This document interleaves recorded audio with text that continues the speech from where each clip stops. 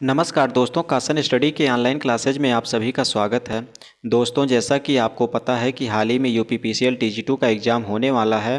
तो दोस्तों, ITI electrician trade की यूपीपीसीएल टीजी2 में पूछे जाने वाले हम मोस्ट 1000 प्लस क्वेश्चन इस क्लास में डिस्कस कराने वाले हैं और प्रत्येक सेशन में आपको 40-40 क्वेश्चन करके प्रोवाइड करवा रहे हैं।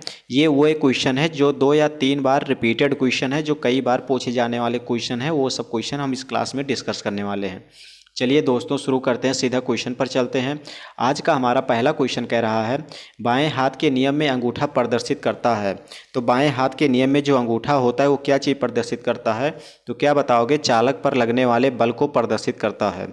अगला क्वेश्चन ध्यान दीजिए, भवन के पास अर्थिंग की जाती है। भवन के पास जो अर्थिंग की जाती है वो कहाँ पर की जाती है? कोने से 2 मीटर की दूरी पर की जाती है। अगला क्वेश्चन देखिए, अगला क्वेश्चन इसमें कह रहा है कि अर्थ के प्रतिरोध को प्रभावित करने वाले तत्व हैं। तो कौन सा तत्व है? तो बताओगे कि इलेक्ट्रॉन, सॉरी दोस्तों, इसमें क्या बताओगे कि इलेक्ट्रोड की गहराई पर, एकदम राइट आंसर है। अगला है मिट्टी के तापमान पर, यह भी सही है। पृथ्वी की मिट्टी की स्थिति पर, यह भी सही है। अर्थात इसमें ऑप्शन नंबर डी सही हो जाएगा। राइट आंसर क्या हो जाएगा? D question. अगला क्वेश्चन इसमें कह रहा है कि नई वायरिंग को टेस्ट करने के तरीके होते हैं। तो किस प्रकार के तरीके होते हैं? तो क्या बताओगे? चालकों का earth tester, open circuit test, short circuit test, ये तीनों सही है। अर्थात ऑप्शन नंबर डी सही हो जाएगा। अगला क्वेश्चन ध्यान देते हैं। अगला क्वेश्चन इसमें कह रहा है कि चुंबकीय तीव्रता और चुंबकीय बल के अनुपात को क्या कहते हैं? चुंबकीय तीव्रता और चुंबकीय बल के अनुपात को क्या कहते हैं? तो क्या बताओगे? चुंबकीय प्रवृत्ति कहते हैं। ऑप्शन नंबर बी सही हो जाएगा। अगला क्वेश्चन ध्यान देते हैं। अगला क्वेश्चन इसमें कह रहा है कि बैटरी को लगातार अधिक चार्ज एवं डिस्चार्ज करने से क्या प्रभाव पड़ता है? तो इसमें जो राइट आंसर हो जाएगा, क्या बताओगे? प्लेटों का मुड़ना शुरू हो जाता है। ऑप्शन नंबर यहाँ पर ए सही हो जाएगा। अगला क्वेश्चन ध्यान देते हैं। अगला क्वेश्चन इसमें कह रहा है कि गाड़ियों में डायनमो होता है। गाड़ियों में जो डायनमो होता है वो किस प्रकार का होता है? तो इसमें क्या बताओगे? राइट आंसर क्या बता दोगे? कि डीसी शंट जनरेटर का होता है। गाड़ियों में जो डायनमो होता है वो डीसी शंट जनरेटर का होता है। अगला क्वेश्चन ध्यान देते हैं। अगला क्वेश्चन इसमें कह रहा है कि डीसी मशीनों के आर्मेचर परिभ्रमण हेतु प्रयुक्त होता है। तो किस प्रकार का उपयुक्त होता है? तो क्या बताओगे? बाल एवं लोरल वायरिंग होता है। तो इसमें जो राइट आंसर हो जाएगा, क्या बताओगे? कि ऑप्शन नंबर ए सही हो जाएगा। अगला क्वेश्चन ध्यान देते हैं। अगला क्वेश्चन इसमें कह रहा है कि वार्ड लियोनार्ड नियंत्रण में मोटर की गति परिवर्तित होने का मुख्य कारण क्या होता है? तो मुख्य कारण क्या होता है? तो इसमें जो राइट आंसर हो जाएगा, बताओगे? आर्मेचर पर प्रयुक्त वोल्टेज होता है। अगला क्वेश्चन ध्यान देते हैं। अगला क्वेश्चन इसमें कह रहा है कि एम्पायर स्टीव काम में आती है। तो कहाँ पर काम में आती है? तो यहाँ पर जो राइट आंसर हो जाएगा, क्या बताओगे? कनेक्शन लीड पर चढ़ने हेतु। अगला क्वेश्चन ध्यान देते हैं। अगला क्वेश्चन इसमें कह रहा है कि किस मोटर का उपयोग स्थिर गति वाली मशीन उपकरण, सॉरी दोस्तों, किस मोटर का उपयोग स्थिर गति वाली मशीन, उदाहरण लेंथ ब्लोअर्स, फैन आदि में किया जाता है? तो हम लोग किसका यूज करते हैं? तो क्या बताओगे? डीसी शंट मोटर का यूज करते हैं। अगला क्वेश्चन ध्यान देते हैं। अगला क्वेश्चन इसमें कह रहा है कि एक चालक एक चुंबकीय क्षेत्र में रोटेट करता है। किन परिस्थितियों में चालक वोल्टेज शून्य होगी?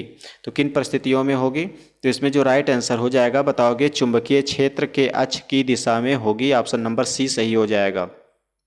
अगला क्वेश्चन ध्यान देते हैं। अगला क्वेश्चन इसमें कह रहा है कि चालक पदार्थों को गर्म करने की उपर्युक्त विधि क्या होती है? तो गर्म करने की उपर्युक्त विधि होती है प्रेरण विधि। अगला क्वेश्चन ध्यान देते हैं। अगला क्वेश्चन इसमें कह रहा है प्लास्टिक पदार्थों के ऊष्मन की उपर्युक्त विधि क्या होती है? तो उपर्युक्त विधि क्या होती है? तो क्या राइट आंसर बताओगे? कि डाई इलेक्ट्रिक हीटिंग होती है। ऑप्शन नंबर ए सही हो जाएगा। अगला क्वेश्चन ध्यान देते हैं। अगला क्वेश्चन इसमें कह रहा है कि एक नए थर्मोस्टेट स्विच का प्रयोग होता है। एक नए थर्मोस्टेट स्विच का प्रतिरोध होता है। तो प्रतिरोध किस में होता है? तो क्या बताओगे? कि ऑप्शन नंबर इसमें कौन सा ही हो जाएगा? कहोगे केवल कुछ ओम या शून्य में होता है। अगला क्वेश्चन ध्यान देते हैं। अगला क्वेश्चन इसमें कह रहा है कि आसमानी विद्युत से ओवरहेड लाइनों की सुरक्षा हेतु लगाए जाते हैं। तो क्या चीज़ लगाए जाते हैं? तो इसमें जो राइट आंसर बताओगे, चड़ित तालक लगाए जाते हैं। अर्थात जो जो तड़ित चालक होते हैं, तार होते हैं, उसको लगाए जाते हैं। अगला क्वेश्चन ध्यान देते हैं। अगला क्वेश्चन इसमें कह रहा है कि मूविंग आयरन यंत्रों की स्केल किसके समान होती है, मतलब किस प्रकार की होती है? तो इसमें जो राइट आंसर हो जाएगा, प्रारंभ और अंत में तंग होती है। अगला क्वेश्चन ध्यान देते हैं। अगला क्वेश्चन इसमें कह रहा है कि किस प्रकार के एसी से डीसी कन्वर्टर में क्षतियाँ कम और दक्षता अधिक होती है? तो किस में होती है? तो राइट आंसर क्या बताओगे? मेटल रेक्टिफायर में होती है। अगला क्वेश्चन ध्यान देते हैं। अगला क्वेश्चन इसमें कह रहा है कि सबसे अच्छा इंसुलेटिंग लिक्विड ट्रांसफार्मर के लिए होता है। तो कैसा होता है? क्या बताओगे? कि हाइड्रोजन लिक्विड होता है। अगला क्वेश्चन ध्यान देते हैं। अगला क्वेश्चन इसमें कह रहा है कि मास्टर स्विच कौन सी वायरिंग में काम में लगाया जाता है? मास्टर जो स्विच होता है कौन से वायरिंग में लगाया जाता है? तो इसमें राइट आंसर क्या बताओगे?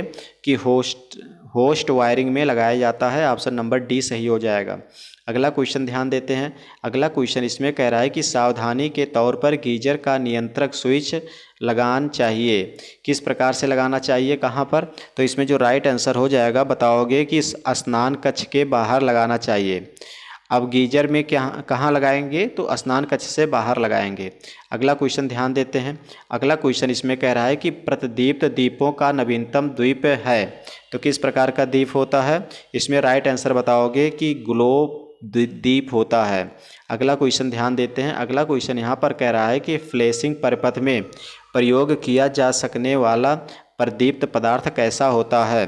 तो क्या बताओगे? यहाँ पर जो राइट आंसर हो जाएगा उसे क्या बताओगे? कि तुरंत प्रारंभिक द्वीप होता है। ऑप्शन नंबर डी सही हो जाएगा। अगला क्वेश्चन यहाँ पर देखते हैं कि ओपन सर्किट टेस्ट द्वारा ज्ञात की जाती है। ओपन सर्किट टेस्ट द्वारा क्या ज्ञात की जाती है? तो राइट आंसर यहाँ पर क्या बता दोगे? आयरन हानि ज्ञात करते हैं। अगला क्वेश्चन ध्यान देते हैं। अगला क्वेश्चन इसमें कह रहा है कि ट्रांसफार्मर एक क्या होता है? तो जो ट्रांसफार्मर होता है वो एक प्रकार का प्रेरण के सिद्धांत पर कार्य करने वाली स्थैतिक मशीन होती है। ऑप्शन नंबर डी सही हो जाएगा। अगला क्वेश्चन ध्यान देते हैं। अगला क्वेश्चन इसमें कह रहा है कि तुल्यकाली मोटर में हंटिंग का कारण होता है।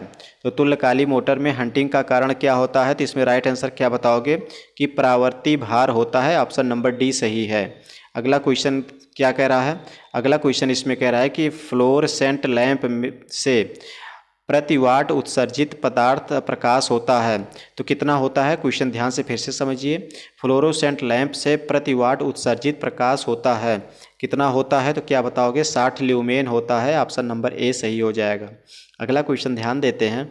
अगला क्वेश्चन इसमें कह रहा है कि पावर फैक्टर बढ़ाते समय सिंक्रोनस मोटर कहलाती है। तो पावर फैक्टर बढ़ाते समय सिंक्रोनस मोटर कहलाती है। तो कितना कहलाती है? तो क्या बताओगे? कि सिंक्रोनस कंडक्टर की तरह मोटर होता है, ये भी सही है। इंडक्शन मोटर की तरह, स्प्रिंग मोटर की तरह, अर्थात उपर्युक्त सभी। ऑप्शन नंबर डी सही हो जाएगा। अगला क्वेश्चन ध्यान देते हैं। अगला क्वेश्चन इसमें कह रहा है कि एसी को डीसी में बदलने का प्रमुख साधन क्या होता है? तो इसमें राइट आंसर क्या बताओगे? कि इसमें जो उपर्युक्त साधन होता है, रोटरी कन्वर्टर भी होता है, सिलिका डायोड भी होता है, मरकरी आर्क रेक्टिफायर होता है, अर्थात ऑप्शन नंबर डी सही हो जाएगा। अगला क्वेश्चन इसमें कह रहा है कि एक मरकरी ऑफ रेक्टिफायर में पॉजिटिव आयरन आकर्षित होते हैं। तो कहाँ पर आकर्षित होते हैं, मतलब किस तरफ आकर्षित होते हैं? तो इसमें राइट आंसर क्या बताओगे? कैथोड की तरफ आकर्षित होते हैं। तो दोस्तों, जैसा कि हम 40-40 क्वेश्चन का सेशन लेकर के आ रहे हैं, तो दोस्तों क्लासेज अगर आपको पसंद आता है तो लाइक ज़रूर करिएगा। अगला क्वेश्चन देखते हैं। अगला क्वेश्चन इसमें कह रहा है कि बुखोल्ज रिले का उपयोग होता है। बुखोल्ज रिले का उपयोग कहाँ पर होता है? तो इसमें राइट आंसर क्या बताओगे? कि इसका रिले का उपयोग आयरन कोल्ड ट्रांसफार्मर में करते हैं। ऑप्शन नंबर सी सही हो जाएगा। अगला क्वेश्चन ध्यान देते हैं। अगला क्वेश्चन इसमें कह रहा है कि ट्रांसफार्मर में जिन सिरों पर सप्लाई देते हैं उस बाइंडिंग को क्या कहते हैं? जिधर हम लोग सप्लाई देते हैं उसे हम लोग क्या कहते हैं? तो क्या बताओगे? Primary binding. अगला क्वेश्चन ध्यान देते हैं। अगला क्वेश्चन कह रहा है कि फेज वोल्टेज मापी जाती है। जो फेज वोल्टेज होती है वो लाइन और न्यूट्रल के बीच में मापी जाती है। अगला क्वेश्चन ध्यान देते हैं। अगला क्वेश्चन इसमें कह रहा है कि जनरेटर में प्रमुख क्षेत्र की कुंडलन हेतु सब प्रयुक्त चालक पदार्थ कैसा होता है? तो इसमें राइट आंसर क्या बताओगे कि ताम्र की तरह होता है। अगला क्वेश्चन ध्यान देते हैं। अगला क्वेश्चन इसमें कह रहा है कि कम्यूटेशन को कम करने हेतु प्रयोग में आते हैं। तो किस प्रकार के प्रयोग में आते हैं? तो इसमें क्या बताओगे? इंटरपोल, ऑप्शन नंबर बी सही हो जाएगा। अगला क्वेश्चन इसमें ध्यान देते हैं। अगला क्वेश्चन इसमें कह रहा है कि शुद्ध इंडक्टिव परिपथ का पावर फैक्टर होता है। शुद्ध इंडक्टिव परिपथ का पावर फैक्टर कितना होता है? तो इसमें राइट आंसर क्या बताओगे कि शून्य लैगिंग होता है। अगला क्वेश्चन कह रहा है कि आरसी परिपथ का समय नियतांक प्रतिरोध आर बढ़ने पर क्या प्रभाव पड़ता है? तो क्या बताओगे कि जो है बढ़ता रह जाता है। अगला क्वेश्चन ध्यान देते हैं। अगला क्वेश्चन इसमें कह रहा है कि डीसी कैपेसिटिव का व्यवहार होता है। डीसी कैपेसिटर का व्यवहार किस प्रकार से होता है? तो इसमें राइट आंसर क्या बताओगे कि ओपन सर्किट के समान होता है। अगला क्वेश्चन ध्यान देते हैं। अगला क्वेश्चन इसमें कह रहा है कि कंपाउंड जनरेटर में दो बाइंडिंग होती हैं। तो कौन कौन सी बाइंडिंग होती हैं? तो इसमें जो राइट आंसर हो जाएगा क्या बताओगे कि सीरीज व शंट बाइंडिंग होती हैं। ऑप्शन नंबर बी सही हो जाएगा। अगला क्वेश्चन ध्यान देते हैं। अगला क्वेश्चन इसमें कह रहा है कि धातु सुपर कंडक्टिव का गुण प्रदर्शित करता है। तो किस प्रकार का गुण प्रदर्शित करता है? तो क्या बताओगे? परम शून्य ताप के समीप होता है। ऑप्शन नंबर डी सही हो जाएगा। तो दोस्तों, जैसा कि हम क्वेश्चन नंबर 161 नंबर आपके लिए होमवर्क के तौर पर दे रहे हैं, जिसमें क्वेश्चन कह रहा है कि सोडियम वाष्प लैंप का आयनीकरण विभव होता है। तो यहाँ पर 4 विकल्प दिए गए हैं। इसका जो राइट आंसर है कमेंट बॉक्स में ज़रूर बताइएगा। इसमें दोस्तों हम टोटल 1000 प्लस क्वेश्चन करवाने वाले हैं। सेशन आपको पसंद आया है तो लाइक ज़रूर करिएगा। चैनल को सब्सक्राइब नहीं किए हैं तो चैनल को सब्सक्राइब भी ज़रूर कर लीजिएगा।